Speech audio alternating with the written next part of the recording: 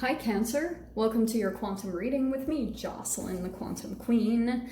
This is for Cancer, Sun, Moon, or Rising, and as always, welcome to my cross watchers. Cross watcher, you could be dealing with a Cancer, and the message could be for you, so feel free to take out however it resonates with you and your situation. Keep in mind that these are general and timeless readings. Oh dear. And if you guys would like to book a one-on-one, my website information is down below. I promise they're going to open up in just this next week. I'm just going through another transition mode. And once I get through that, then I'll be able to open them fully up. So just subscribe to my website. I'm going to send out a huge email blast. And as always, just want to say thank you for liking, subscribing, and thank you for all the ways you guys have supported the channel. I love you so much. Okay, what a crazy freaking year. All right, and such good news. We are at the tail end of these intense energies. Mercury is just about to come out of retrograde. Mars will be coming out of retrograde in the middle of November, on November 13th, so yay. And we'll be looking good. Like, I really do feel like November and actually that's perfect. November, December are gonna look a lot better. That's me though. I've been feeling some sort of relief, so that's what I've been picking up on. Okay. Man, oh man, a lot of people, these have been similar cards that have been jumping out in a lot of the readings. Like the riddle has come out multiple times, and I feel like, Cancer, I feel like there's a particular person that you still feel like there's a riddle. There were things, maybe there was even a connection between you and a different person, and you feel like they're a riddle, or there's some type of things that you don't really know. Like, you have, I just get the sense that you don't have the full view of what's going on with a particular person or a connection in your life, okay? And I'm saying that because we've got the Bardo, okay? It's kind of like you might be in a little bit of a limbo with another particular person. Like, you don't truly know what's going on with them. You don't know what they're thinking, what they're feeling. Like, maybe you have a little bit of your own perception of what's going on or what they're thinking. And I kind of get this sense, like, I don't want to take away from the fact that you guys are really intuitive and really, really, like, possibly even telepathic. Like, you've got your gifts for sure. But for some reason, I kind of feel like at first glance, you might be feeling like someone is not talking to you and that they just don't care. That is not the truth at all. But there's like certain layers, like there could even be some complications. With the riddle, that's what it feels like. It's kind of like there's a complicated history between the two of you. Probably because you two are both really complicated people. Let's just put that straight up.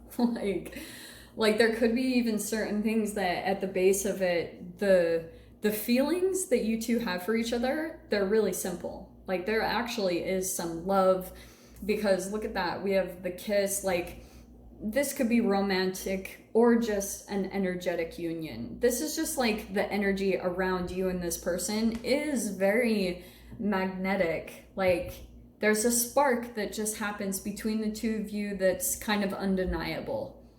And so there's always, I think, a curiosity that you have with this person to wonder, like, what's going on with them? And because the depth of the connection is kind of undeniable and you know it's there.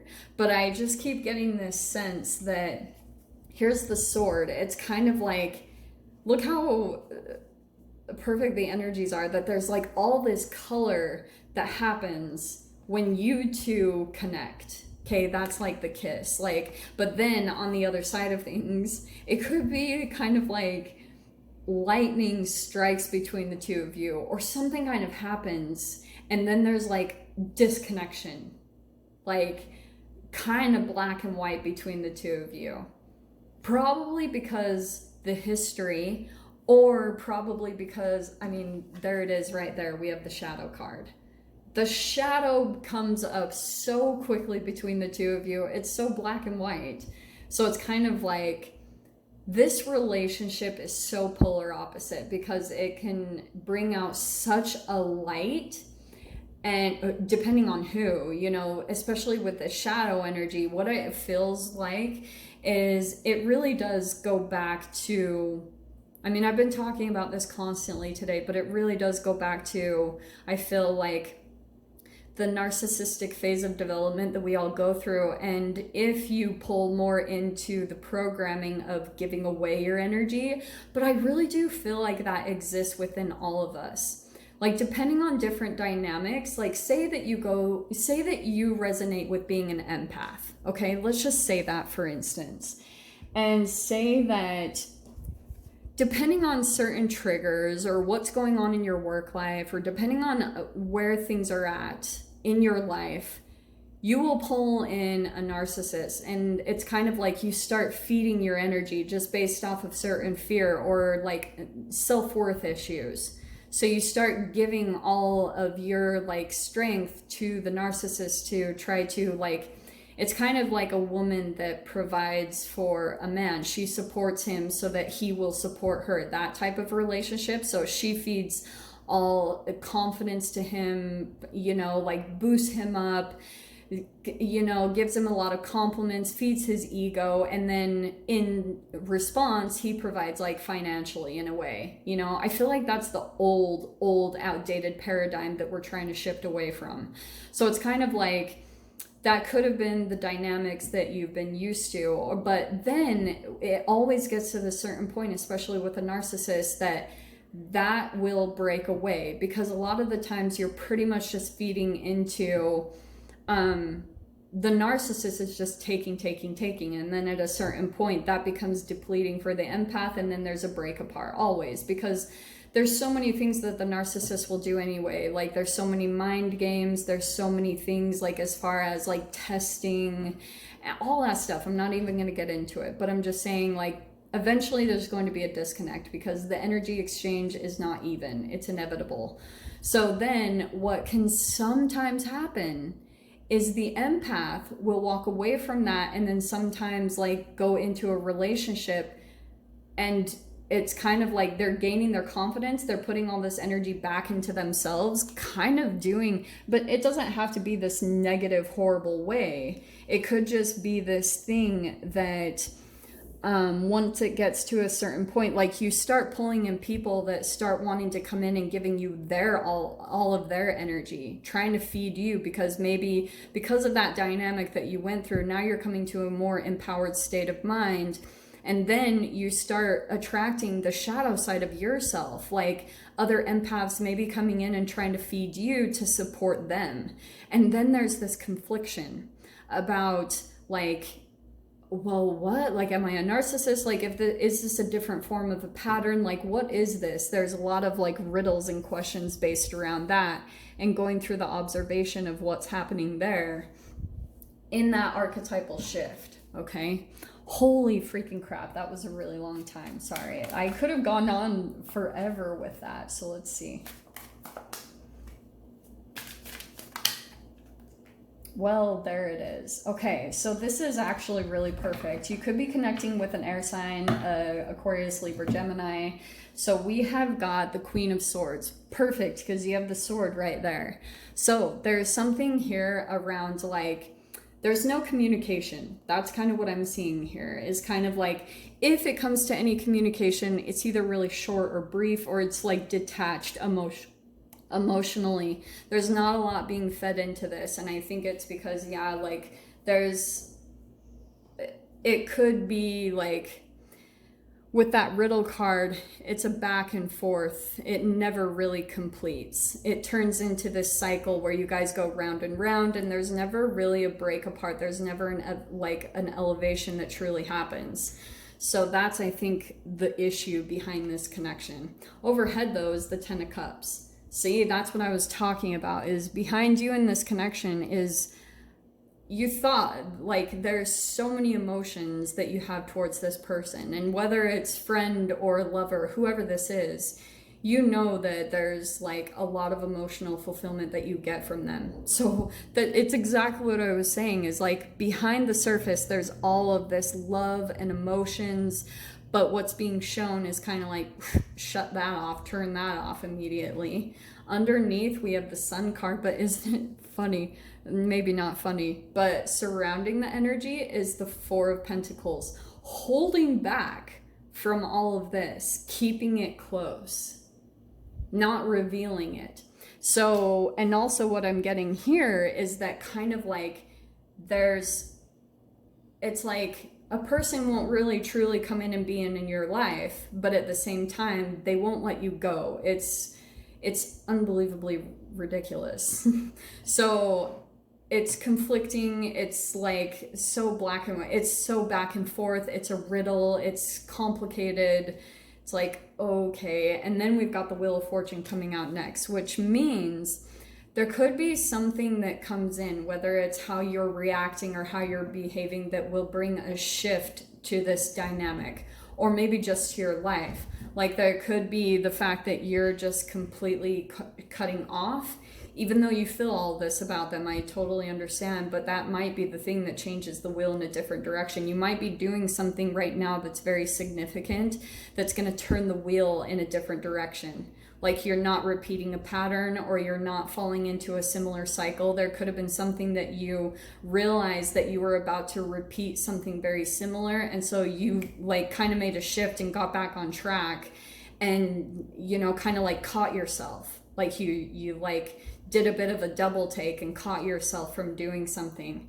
So we have the Six of Pentacles in the fear position. So yeah, there could be a fear about giving to this particular person, because like maybe you feel like there's been enough rejection in the past, or you feel like this person really doesn't open up and give to you anyway, so you're like pulling back that energy again. Like maybe you or this person kind of dipped your toe in the water to see the temperature of the relationship, to see how the frequencies are, and it's kind of like